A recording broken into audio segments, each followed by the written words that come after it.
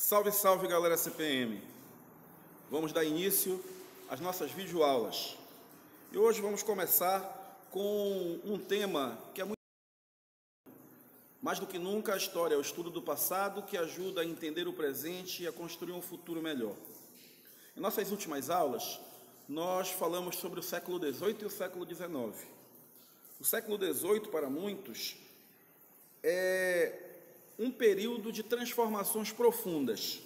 Período da Revolução Francesa, período do Iluminismo, o período da independência dos Estados Unidos, mas principalmente o século XVIII é o período da Revolução Industrial. Fábricas, máquinas, tecnologia, patrão, empregado e o capitalismo que nós conhecemos hoje. O século XIX vai ser a expansão de tudo isso. As democracias, as nações e principalmente a evolução dessa industrialização e dessa tecnologia em um contexto mais global. Nós vamos ter a segunda fase da Revolução Industrial. Outras nações vão imitar a Inglaterra, como nós já estudamos. França, Bélgica, Rússia, Estados Unidos. E junto com essa segunda fase da Revolução Industrial, nós vamos ter o imperialismo. Todas as vezes que nós falarmos em imperialismo, eu quero que vocês levem em consideração uma nova forma de explorar, certo? No século XV e no século XVI, a partir das grandes navegações marítimas e comerciais, os europeus exploravam colônias na África, colônias na Ásia e colônias na América. Já no século XIX, essas potências industrializadas vão imperar sobre os países dos continentes pobres, mas de uma outra forma. Mão de obra barata, mercado consumidor e matéria-prima. Não esqueçam disso. Todas as vezes que nós falarmos de imperialismo, eu quero que vocês lembrem dos ricos industrializados imperando sobre os continentes pobres. Na verdade, eles vão dividir o globo terrestre entre ricos industrializados e os países pobres, subdesenvolvidos, que vão servir a esses países ricos industrializados. E o século XIX foi mais ou menos assim. Essas potências vão crescer, vão expandir, vão explorar e vão enriquecer novamente, de uma nova forma, em um novo momento. E o século XX? Como entra o século XX? De acordo com Eric Hobsbawm, em seu livro O Breve Século XX, o século XX foi muito intenso. Vocês vão estudar isso aí com o professor Daniel, com o professor Cassinho também. O século XX, tanto na Europa como no resto do mundo, ele foi extremamente intenso. Imperialismo, Primeira Guerra Mundial, Revolução Russa, nazismo e fascismo, crise de 29, Segunda Guerra Mundial, Guerra Fria, ou seja, acontecimentos que fizeram desse século um século muito dinâmico e que nós não podemos esquecer e que é muito importante para o Enem. Nós vamos estudar a Primeira Guerra Mundial e a gripe espanhola. A Primeira Guerra, ela ganha âmbitos principalmente tecnológicos. Nós não podemos esquecer disso. Professor, essa Primeira Guerra foi a primeira guerra que existiu? Claro que não. Ao longo da história da humanidade sempre existirão disputas. E essas disputas, elas se transformam em guerras. Essa Primeira Guerra Mundial, ela teve um teor de muitas mortes, de muita tecnologia e de uma grande disputa. Quais foram as características dessa Primeira Guerra Mundial, vocês podem me perguntar? Quais foram as causas? Quais foram as grandes motivações? É muito importante nós lembrarmos do seguinte: no século XIX, algumas potências industrializadas dividiram o mundo entre si. No século XX, surgem outras potências que querem a redivisão do comércio, que querem áreas para explorar matérias-primas, mão de obra barata, mercados consumidores. E como não podia, através da conversa, ter essa redivisão, essa disputa que antes era feita apenas a partir da indústria, essa disputa começa a ser também a partir de uma corrida imperialista. Nós vamos ter no início do século XX os países de industrialização tardia disputando contra os países de industrialização antiga. Eles disputavam o quê? A soberania. Quem seria a principal potência mundial? Então, quando nós falarmos em Primeira Guerra Mundial, eu quero que vocês lembrem principalmente da corrida imperialista, eu quero que vocês lembrem também das chamadas rivalidades econômicas. Percebam aí no slide, nas nossas charges, os dois tubarões lutando pelo quê? Lutando pelo poder, lutando por mercados consumidores, lutando pelas nações subdesenvolvidas. E percebam aí na charge número 2, a divisão, das grandes potências industrializadas sobre o globo. É muito importante nós observarmos isso. O Enem adora isso. O Enem adora explorar essas fontes, como charge, como música, principalmente para você relacionar ao seu cotidiano. Por exemplo, nós podemos fazer uma pausa aqui e eu perguntar para vocês, essas disputas imperialistas continuam ainda hoje? Continuam e muito forte. Estados Unidos, França e Inglaterra. Hoje nós temos como inimigas dos Estados Unidos a China, a Rússia, Coreia do Norte.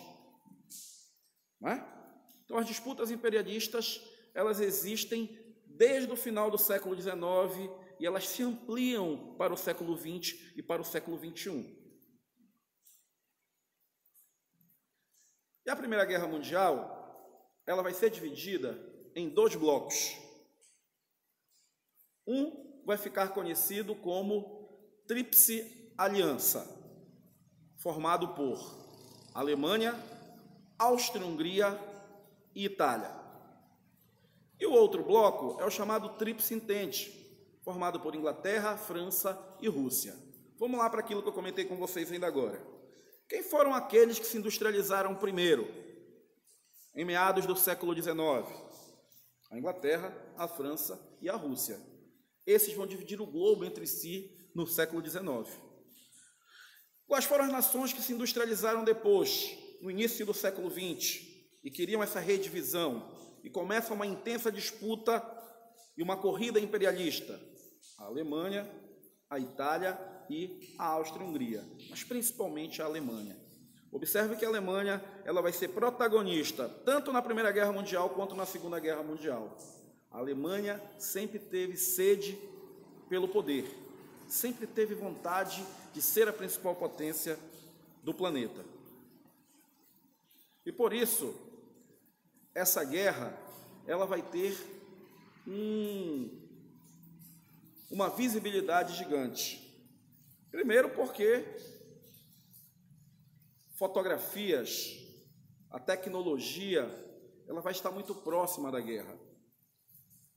Podemos afirmar que esse conflito ele veio por motivações imperialistas, mas também nós não podemos esquecer que historicamente existia nessa região, principalmente da Europa, conflitos históricos, conflitos étnicos, conflitos religiosos, conflitos que vêm de muito tempo e continuam até hoje, Até hoje nós percebemos que a Europa continua um grande barril de pólvora. A Europa vivia esse clima no início do século XX. Essas nações imperialistas elas começaram a investir na chamada indústria bélica.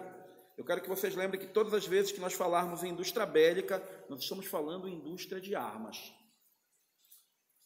E aí vem a reflexão ao nosso cotidiano.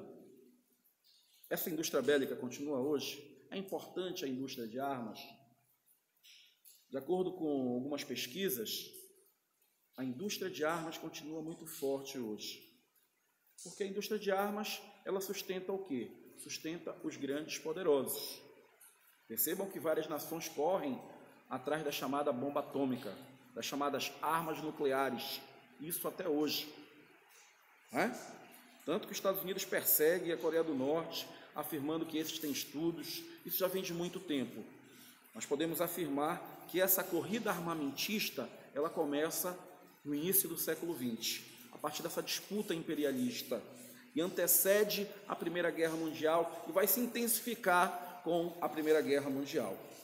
Então, conflitos étnicos e religiosos, disputas imperialistas e a Europa vivendo um momento de turbulência. E qual foi o estopim da guerra?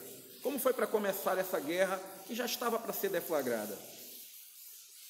Vai morrer, na verdade vai ser assassinado, o arquiduque austríaco e a sua esposa, Francisco Ferdinand.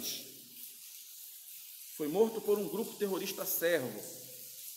Os sérvios vão ter apoio dos russos.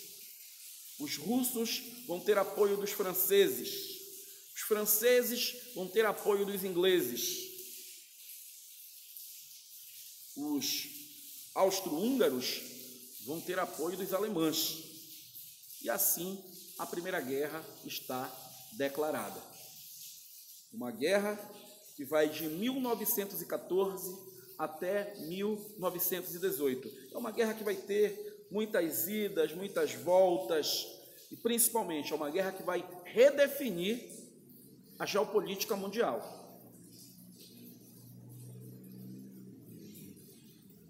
Vocês podem me perguntar, professor, e a gripe espanhola? Onde é que entra a gripe espanhola? A Primeira Guerra, ela vai ser desenhada mais ou menos assim. Nós vamos ter a Alemanha vai abrir duas vertentes, uma para combater França e Inglaterra e a outra para combater a Rússia. A Alemanha vai conseguir invadir grande parte do território russo, já no início da guerra, na chamada Guerra Relâmpago, vai conseguir invadir a França e vai ficar com a Inglaterra na chamada Guerra de Trincheiras. Em 1917, é o momento chave para a Primeira Guerra. A Rússia vai sair da guerra e os Estados Unidos vai entrar na guerra. Os Estados Unidos entram na guerra a fim de destruir, não apenas derrotar a Alemanha, mas destruir a Alemanha e se tornar um grande protagonista mundial. Quem é os Estados Unidos hoje? Os Estados Unidos não é a potência mundial? Os Estados Unidos é uma potência mundial. Mas de onde é que vem isso? Vem desde a Primeira Guerra. Enquanto Inglaterra e França estavam lutando com a Alemanha já há 3 anos, Estados Unidos entra em 1917 e Estados Unidos entra para destruir a Alemanha e se tornar a grande protagonista. Quando começa esse debate da gripe espanhola? A gripe espanhola vai ser primeiramente uma epidemia e depois vai se transformar em uma grande pandemia. Existem algumas hipóteses de como surgiu essa gripe espanhola em 1918.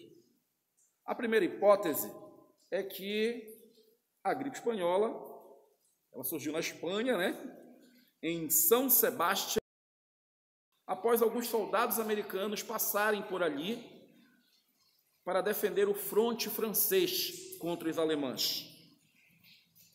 Uma outra hipótese diz que a gripe espanhola ela não surgiu na Espanha, que a gripe espanhola surgiu nos Estados Unidos e que soldados norte-americanos vão espalhar esse vírus para aqueles que combatiam na guerra. O que eu quero dizer para vocês?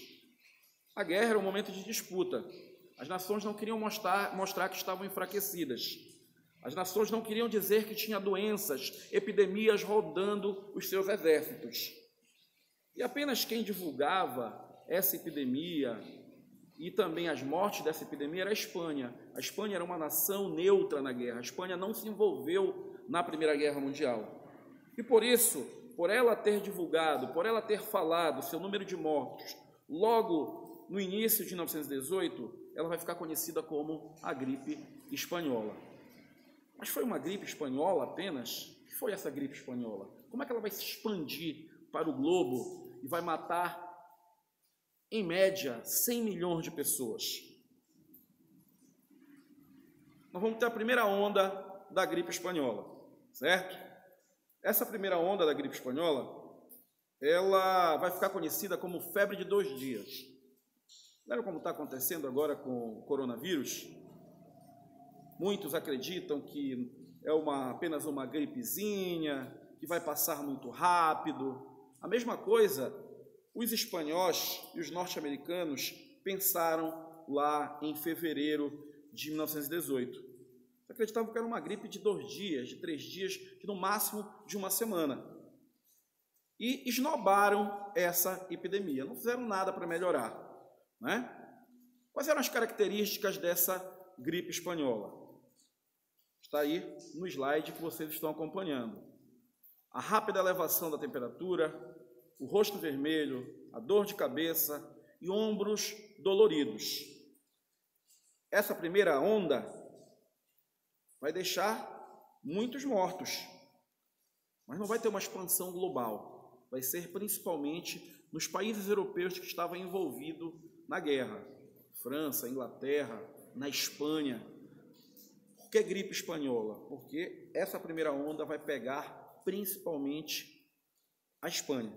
E também vai pegar os Estados Unidos, mas principalmente a Espanha. Quem divulgou dessa epidemia e que mostrou características de pandemia foi a Espanha.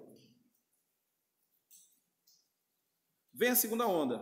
A segunda onda, ela já vem no final da Primeira Guerra. E essa segunda onda, ela foi devastadora. Tanto que ela ficou conhecida como peste assassina. Observe aí no slide. Essa pandemia, ela vai pegar todos os continentes. Mas, professor, como é que ela vai se expandir para todos os continentes? Principalmente os soldados que estavam lutando na Primeira Guerra Mundial, quando começaram a voltar para as suas nações, eles foram levando consigo o quê? Foram levando a epidemia. E essa epidemia, ela foi se alastrando. É um vírus, e esse vírus ele vai se alastrando de acordo com aqueles que foram infectados.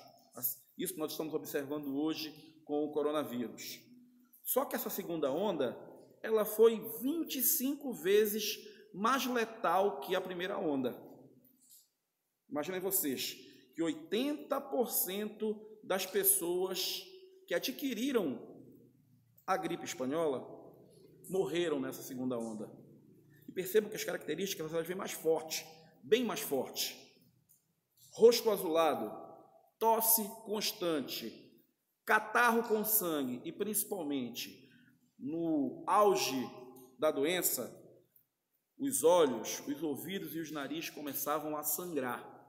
Os pulmões inchavam com bactérias e o indivíduo começava a soltar sangue pelos olhos, pelo nariz, pela boca. Isso trouxe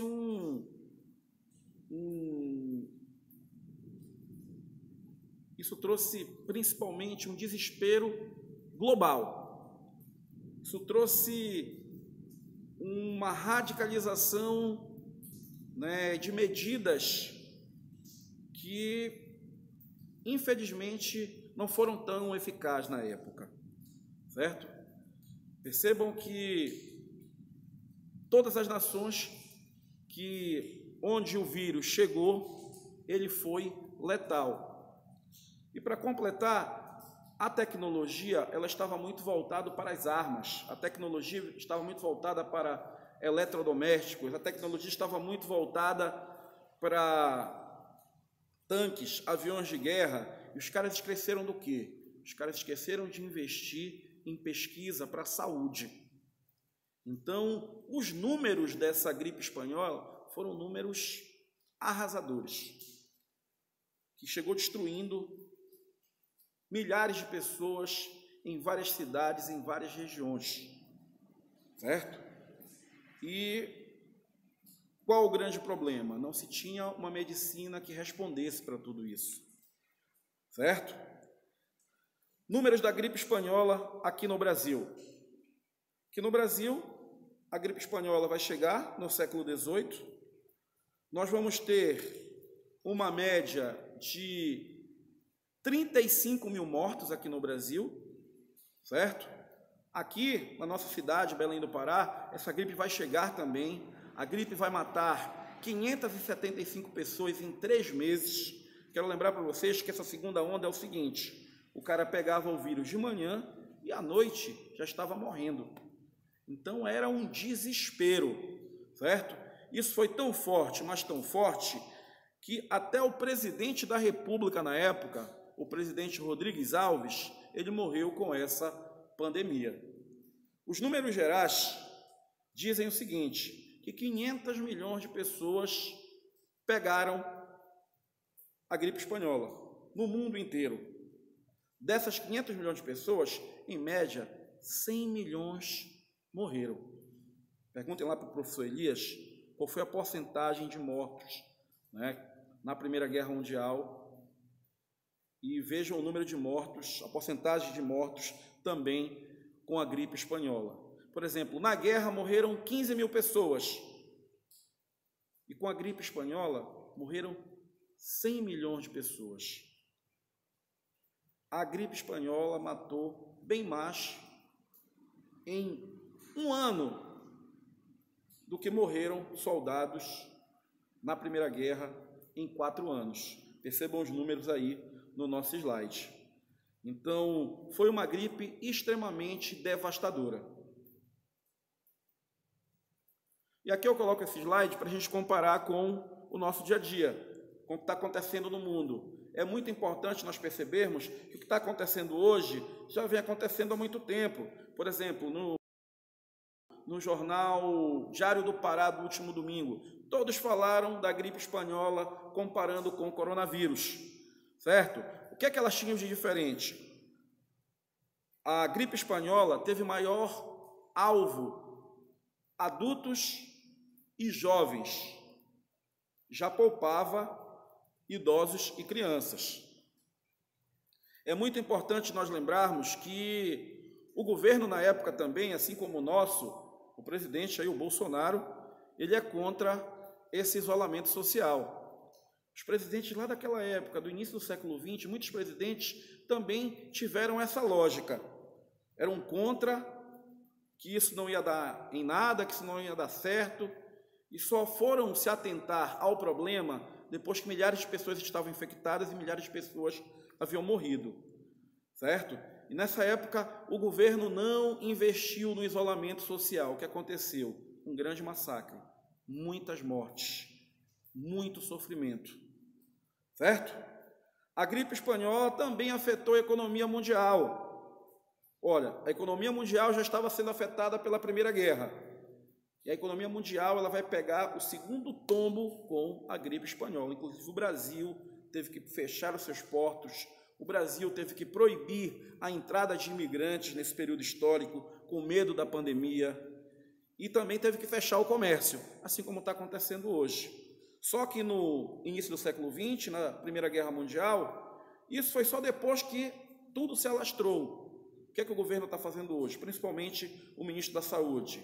Está se antecipando ao que eles chamam do auge, do pico da pandemia, certo? É muito importante nós lembrarmos também que o investimento na saúde pública no Brasil começa a ser intensificado após essa gripe espanhola.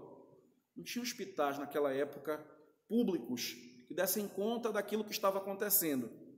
Então, o governante que veio após o Rodrigues Alves, ele começou a investir em hospitais no Rio de Janeiro, hospitais em São Paulo, em hospitais em outras áreas, com medo da volta dessa pandemia, do maior alastramento dessa epidemia no Brasil. Então, nós podemos colocar como um ponto importante, nesse contexto histórico, que é o início do investimento em saúde pública no Brasil.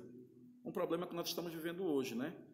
Nós sabemos que, infelizmente, essa pandemia ela vai crescer, de acordo com os dados, e hoje o que o governo faz? O governo trabalha para que nós não tenhamos que ficar doentes todos juntos, para que a saúde ela não seja tão abalada, para que tenha leitos para todo mundo. E hoje, passaram 100 anos, né, da gripe espanhola, deu uma outra pandemia, e essa pandemia pede a contribuição da sociedade, com isolamento, né, com a conscientização, né, nós sabemos lá do álcool em gel, lavar as mãos, né, tocar, nada de abraço, é só o tchau, ou assim, ou tocar no cotovelo ou no pezinho, para a gente não deixar essa epidemia se alastrar. Então, essa é algumas dicas que eu dou para vocês do Enem, mas também que serve para a vida. Um grande abraço, eu sou o professor Leirso, eu ponho fé e olho o coração para vocês. Nada vai parar, vamos para cima.